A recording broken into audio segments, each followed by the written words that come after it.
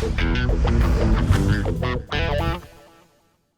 here at SummerSlam, Radio Row in Los Angeles, California, with the always lovely Brie Bella. What's the haps, Brie? Oh, gosh, I'm just getting ready for my match on Sunday. Yeah, you have. How big of a deal was it for you? It's so rare that there's a female segment to end Raw. Like the show closer is a female segment. How big of a deal was that for you? Oh my gosh. It was probably the highest peak in my career. I mean, I don't think I could ever top it. And just, it was neat too because Vince was just like, hey, we haven't had women close a show in over a decade. And, this story is doing so amazing that we want you guys to main event tonight. And I was just like, what? And then, 2 weeks in a row, and I was just like, oh my gosh, somebody pinch me because this doesn't feel real. Yeah, it seems like they have a lot of faith in you at this point. Right, and especially because, I haven't done a lot of promo work on the show. It's not like you see me cutting promos left and right. So for Vince to trust me in that role and be able to go out there and do that, wow. And is it scary because Stephanie is so good at cutting promo? Yes. But the good thing is because she's so good, it helps, it helped me. And it's you learn. And it's just it's amazing, to have someone like that. And I think it just takes me to the next level. But, I'll just watch her at times, and I'm just like, damn, she's great. Yeah. She's so good. How do you get there? You can't help but have, Woman Crush Wednesday on her, right? Uh-huh.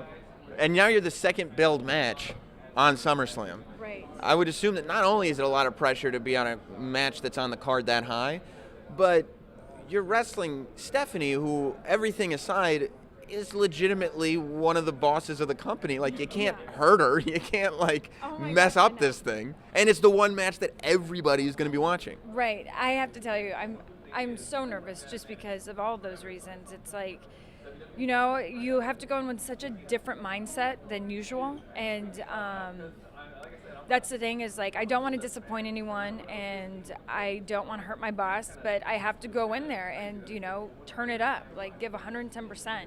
And I feel always you could say sorry after, right? Right. If you knock someone around too much. And she's a McMahon, so she probably gets it's not like Vince was ever upset when he got hurt or ended up bloody or whatever. And when you look at the past couple years, Stephanie's really taken a lot of the guys' finishers. So I figured, you know what? She knows how to bump around. She really executed that pedigree. It looked as though your face was just smushed into the canvas. She knows how to put on the pedigree. How do you feel being in segments this high profile? Obviously, do you read internet reviews? Do you read Twitter comments? Do you read reviews to your performances? Even outside the ring when you're acting.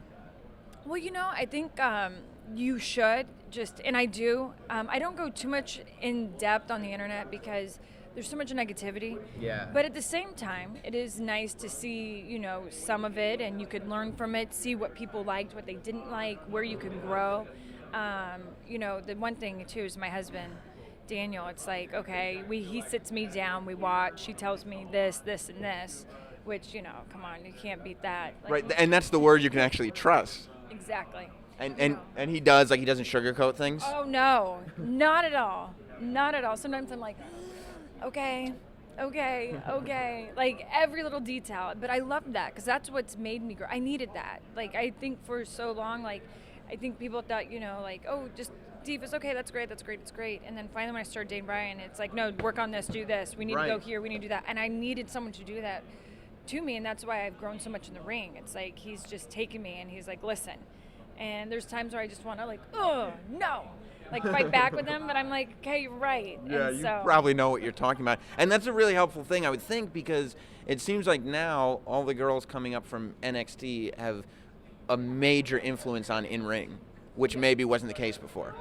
And maybe that is it. I have to say the one thing about NXT, unlike any developmental system I've seen, is their program down there is out of this world. It is, if you can ever get a chance to make your way down there, it is beautiful, the Performance Center. But you walk in and it's you almost feel you're walking into a Nike factory. It's just all the different rings. They have promo rooms. They have these rooms where you can go video, do pre-tapes on your own time. I mean, it is an insane performance center. I was gosh, if I would have come down here for developmental, I wonder, if I would have been years ahead, then how long it did take me. But it's just amazing down there. What's the headspace that you're in right now? Because obviously, it was like, how long ago was it that you and Nikki left? 2 years ago? 3 years ago? Yeah, so we've been back. It'll be like 2 years in February. So Yeah, how different? Because obviously now you guys are on a completely different level, both of you, than you were then. How different of a headspace are you in now? Obviously, then you were like, we need to take a break from this. right. Well, I think it was too. Is Nikki and I were looking differently with WWE on where we thought our career should go. We so badly wanted to advance more in wrestling, and all we cared about was being in the ring. Like, is it amazing to be a valet or have these fun little parts? Yes, absolutely, but that's not. We didn't want that. Yeah. We wanted to be looked at as professional wrestlers, women who could stand on their own, and I don't think they were seeing that. And we knew, like, okay, we got to walk away because we have to figure out, like, will it make them realize what they had, and either they'll be like, oh well, or the Bellas were something great, right? Or do we need to sit back and think like, okay, do we go elsewhere? Like, where do we go here? Because all we cared about was wrestling. That's a major risk to take, though. It's like we're in the door. It was the biggest risk, and my mom, she's a big businesswoman, and she really encouraged us in that way. And Nicole and I were terrified. We lost sleep like weeks before because it just was like something didn't feel right. But then it was like, these are like, they always tell you, like, to be successful, sometimes you got to take these leaps blindly, and it makes you more successful. And we were thinking, like, damn it, let's do it. Right. And let me tell you, the next day, like, getting on the plane, going back home, knowing that was it was hard on me. Like, Nicole and I both cried. Like, we were really upset, but it ended up working out for the best. Yeah, it really did. But you hear a lot of women who do the same thing, and it doesn't. They're just, now we're off the scene. We're real estate agents or whatever, where we find the second career. Exactly. Because we have to. Daniel Bryan grapples as like a hobby, right? Oh, yes. So does that mean you're... So it's so funny because I'm his dummy a lot for stuff, and I'm always tapping every day throughout my life. But I've been, like, getting into it too. Like, I was never really into, like, UFC or fighting, and now because of Bryan, it's like Ronda Rousey is like my idol. I will watch her, and I'm like, gosh, she's such an amazing woman. Like, what a badass. Yeah. But now I'll like roll around with him, and I'll get in my guard pose, and like, because of him, it's like now this is like what we do is like, I don't know, our flirting as a married couple. It's like insane. Yeah. I would imagine, though, that you have to be in the right frame of mind to do that, because if you guys get into a fight right before... Yeah, right? Yeah, it wouldn't be good. No. So how amazing was it? Your house gets broken into. The robbers are running away, and you get to watch your husband chase one of these guys down and lock him on the floor until the police arrive. Insane. Does the feeling of knowing that you're married to a dude that can do that in that moment take away your, oh my God, somebody just broke into my house feeling? Yeah. I mean, it was hard. I was very upset, but then I'm looking at my husband like, gosh, you can be more sexier right now. But no, and the whole situation was just so intense and crazy, and it was just like another thing added to our insane summer as it has been with Bryan. And he's got to worry about not re-injuring himself, and then he's got to chase down a robber. You know what I mean? It's like, especially since he's been the one guy on the reality show and everything that's talked about what a minimalist he is and how much stuff he doesn't have.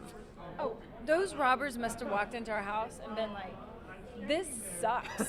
Like, all this recycled driftwood, all this like total artsy-fartsy like hippie stuff. Like, they must have walked in and been like, because even me, like, they searched my closet and they were probably like, what? Like, this jewelry is shit. Like what is this stuff? Yeah. I mean, they legit in their hands had Bryan's wooded watches and then this bracelet his dad, made for him. But like, other than that, and that's the only thing that worried me, is Josie's to us is our biggest prize. And the dog. And I never leave her at home. And I was just going to the airport. I was home all day. I was just going to the airport to pick up Bryan and coming right back. And I just figured, I'll just leave her. She was sleeping, and I, didn't want to get her into the car. And so that was the only thing. But that's why Bryan and I became like these lions, especially him, because Josie's our child. Yeah. And it was like, when we pulled into our driveway, and I put the car in park, and to look up and see this man about to leave and then slam our door shut. It was almost like, I looked at Bryan like, was it a ghost? Like, right. But my first thing as I go to Bryan, I was just like, oh my gosh, Josie.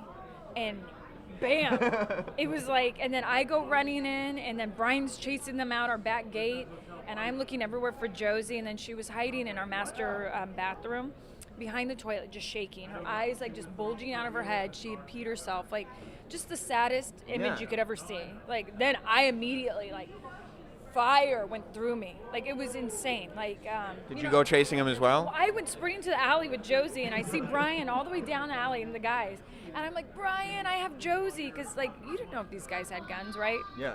So then all of a sudden, I'm like, damn it, he's not stopping. So I'm on the phone with 911, I'm in the car, and I'm like driving all around the neighborhood, like, where'd they go? And then I'm like freaking out because I'm thinking, it's something bad happened.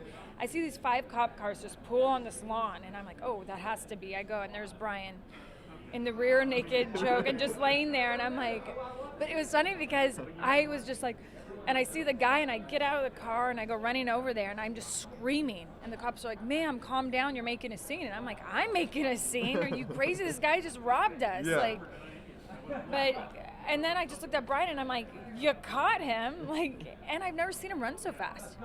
Brian, you mean? Yeah. I thought you were slow. Like, I thought he wasn't fast. Right. He was so fast. And he was like in jeans, like. Flip-flops? A flannel, like. Where he was like in these little shoes, but like, couldn't believe it. Well, yeah, that's like when, the mother who lifts a truck up to save her baby, that's Josie. Yes, That's it's what that exactly, yeah. And her little face, oh my God. But how amazing, like, you never have to have the conversation of whether or not you need a gun in the house because Brian can just walk around being like, babe, we don't need guns around here. These guns. Yeah. Has he developed an ego after that? I could tell he was like really proud of himself for a couple days, but it goes away with Brian. He's so humble. But, he was like, I could feel it. Like, he was feeling pretty good. Yeah, I would imagine.